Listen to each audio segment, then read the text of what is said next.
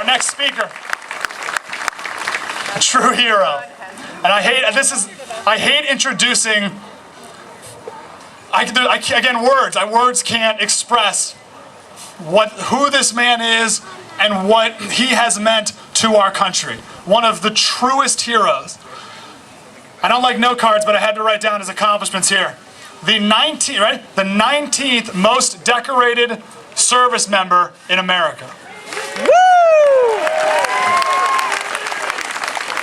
Air Medal, 39 oak leaves. Purple Heart, 3 oak leaf clusters. Bronze Star, Distinguished Flying Cross, 8 oak leaf clusters.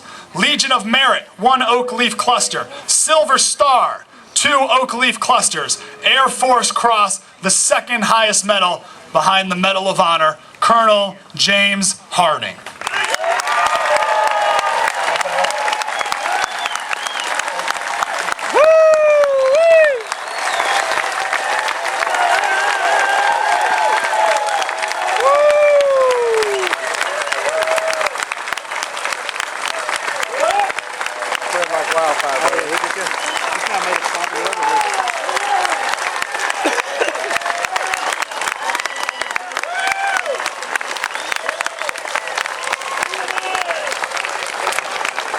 Do we have any rednecks here? Are you still clinging to your guns and your religion? Yes, sir! All right. Are you proud of our military?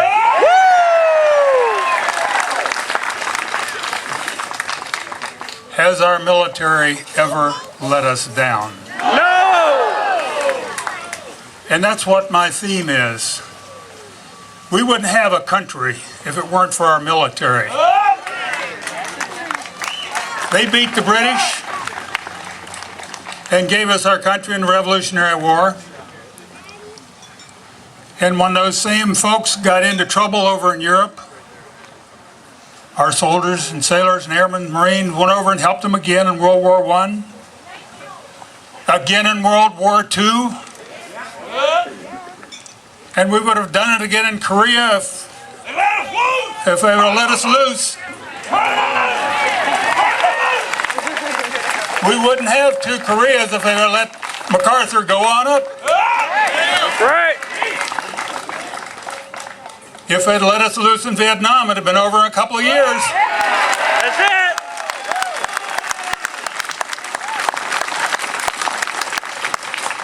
You know, war is really an ugly thing, but it's not the worst thing you can think of. If you have a situation that you've tried everything else and nothing seems to work, and war is the only answer, you fight that war to win. Yes, sir!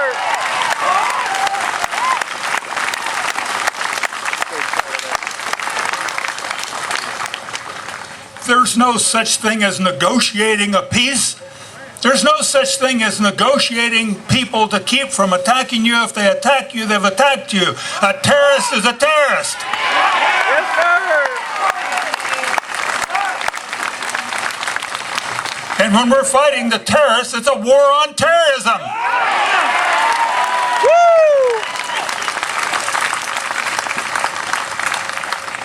I don't know how people feel that you can just go out and sing Kumbaya with somebody and they're going to love you to death. That's right! It's not going to work. It's not going to work, sir! I know that the folks in Afghanistan, in Iraq, have got a little different situation we had in Vietnam. These folks want to die so they can go up to their virgins. We had to teach those folks in Vietnam that they were going to die, but we helped them and they finally learned how to do it. Woo!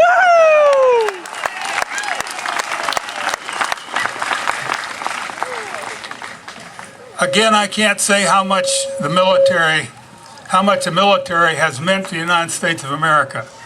Yes, I was a part of it, but I've also not been a part of it for more than I've been a part of it. So I know what I say when I say that the military has given us the things that we have today.